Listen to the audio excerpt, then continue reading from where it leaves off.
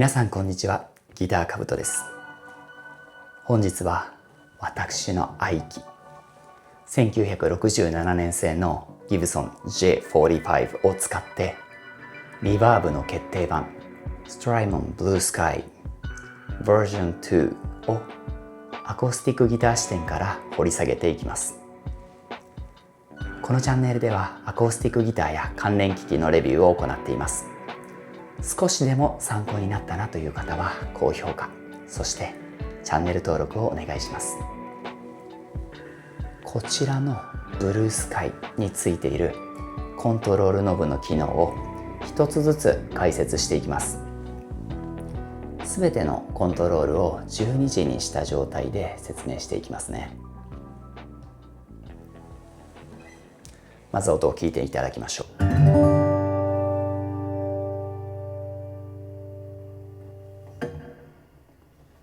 島の説明は後で行いますが、こちらはオフにしておきます。モジュレーションもオフにしておきます。まずこのペダルの一番大きな要素、3つのリバーブのタイプを選ぶスイッチです。プレート、ルーム、スプリングを選ぶことができます。プレートは昔ながらの金属板で作る残響感が得られます。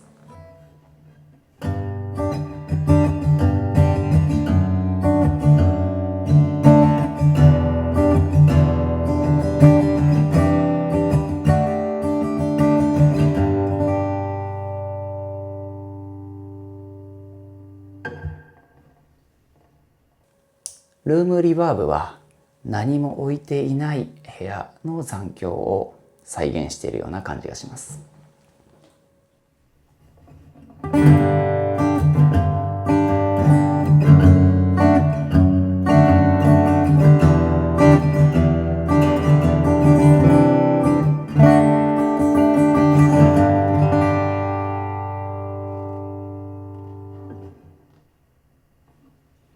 スプリングリバーブも昔ながらのコイルスプリングを使ったリバーブを再現しています。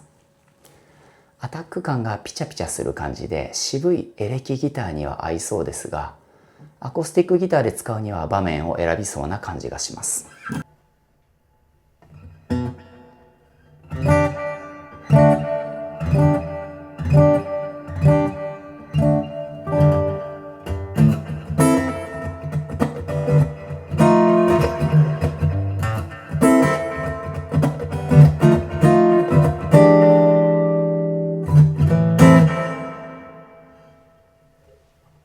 ちょっとアタック感がピチャッとする感じがしますよね。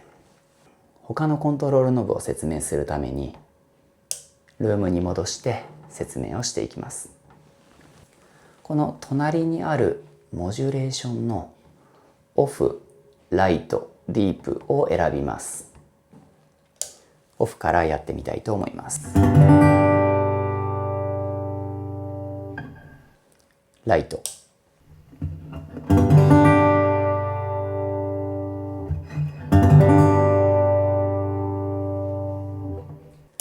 ディープです。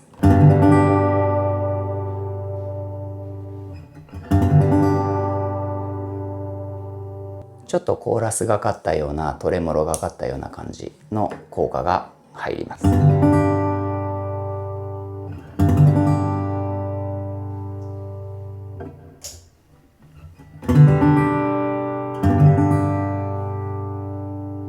これがオフです。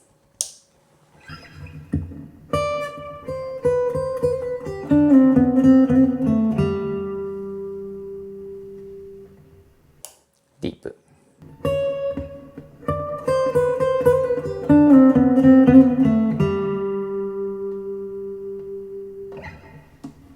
アコースティックギターの演奏に関してはあまり合わないかな。私の場合は使う場面は少なそうです。オフにした状態で次に進みます。ディケイですね。リバーブの一番大切な要素、リバーブの減衰の長さを調整します。左側に絞ると短めの減衰。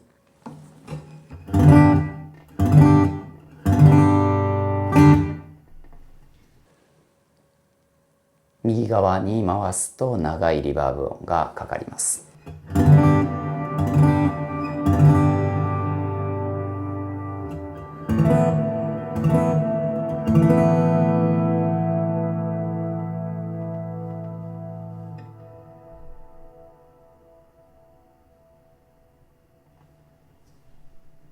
この辺りの長い残響感もこのブルースカイの綺麗なリバーブの特徴かなと思います。次にプリディレイですね。このコントロールがすごく重要だと思っています。リバーブの効果が効き始めるまでの時間を調整します。例えば左側に絞って弦を弾いた瞬間にリバーブをかけると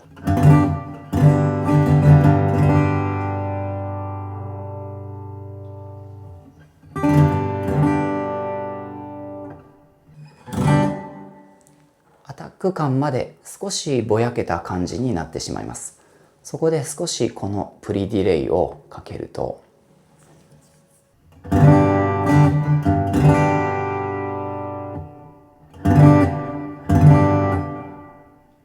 アタック感はしっかりと残してはっきりとした音像を作りながら後からしっかりとリバーブのかかった音の効果も感じられる。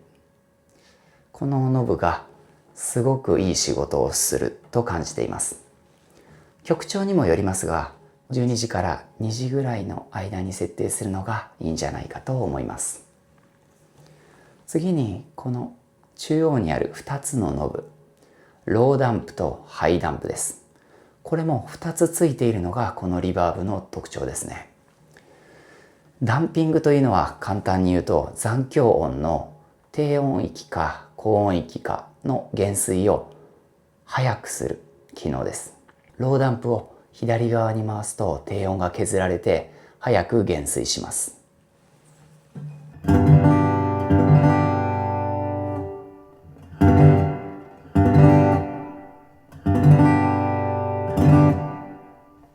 右側に回すと低音域は削られないという感じになります。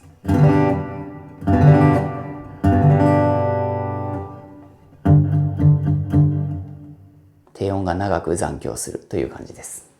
ハイダンプについてもやってみます。これを左側に絞ると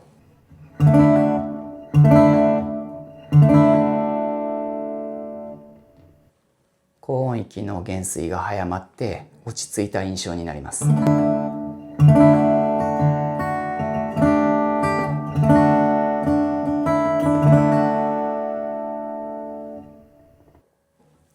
逆に右側に回すと高音域が残ってきらびやかな印象になります。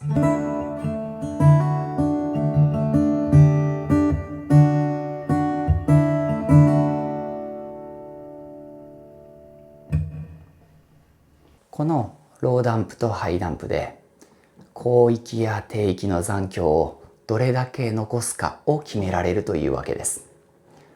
単純に高域を削ると落ち着いたリバーブの印象になって高域を強調するとはっきりときらびやかな印象になりますが耳障りな要素にもなります。ですので注意が必要です。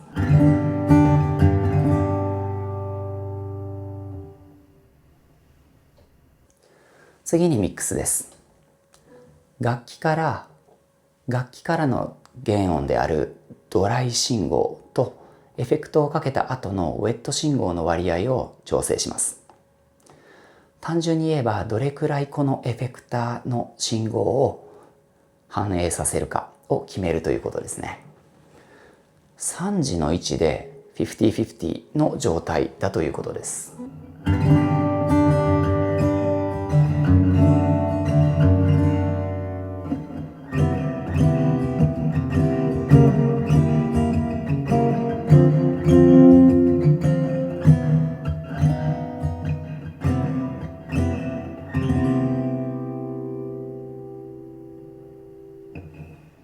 ただ3時の位置ですとちょっとかかりすぎかなという感じがしますので私の場合は10時とか11時、この程度の割合にすることが多いですね。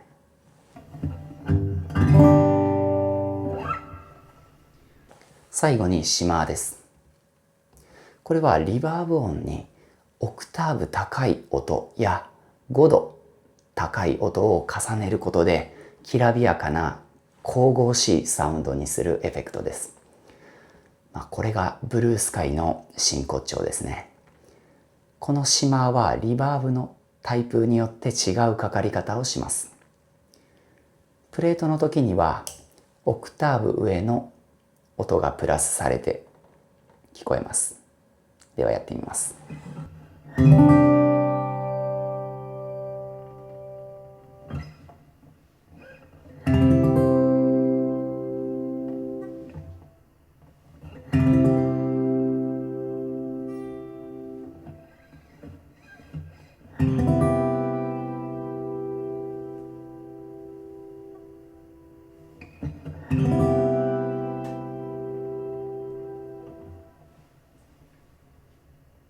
ルームリバーブのモードですと、オクターブ上と5度上の音が追加されます。ちょっと極端にやってみますね。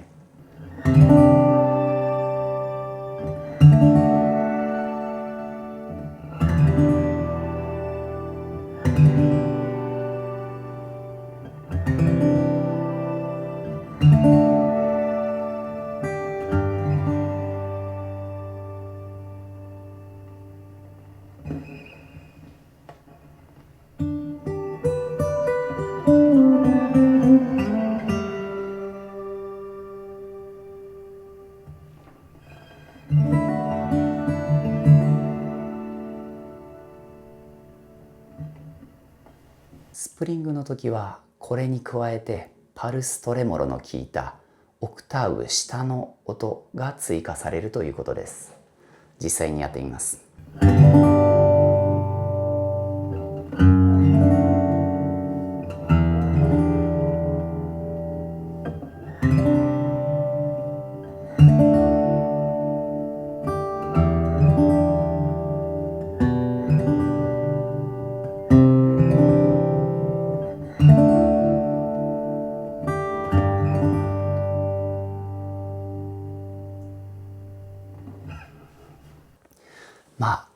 遊ぶ時には楽しいですが、アコースティックギターを使うシチュエーションを考えると、スポット的に例えば曲調が静かになる間奏とか曲の始まりや終わりに使うのが現実的なのではないかなと思います。例えばルーパーでうっすらとシーケンスパターンを作る時なんかも面白いかもしれません。そういったスポット的にシマーを使いたい時にはフットスイッチのフェイバリットスイッチを使うと便利です。普段はこの右側のスイッチをオンにしておいて、通常の控えめのリバーブ音を作っておいて、ちょっと幻想的にしたい時にだけシマーやミックスを強めに設定したモードを記憶させてフェイバリットスイッチを押すという感じです。この状態をフェイバリットスイッチに記憶させていこうと思います。長押しします。これで記憶されました。通常の時はシマーを切っておきます。あとミックスも少し弱めておきますね。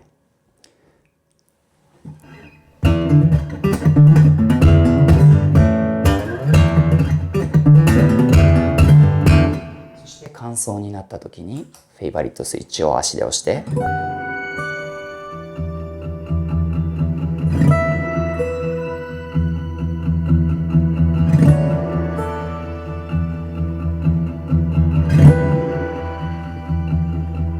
そしてまた間奏が終わって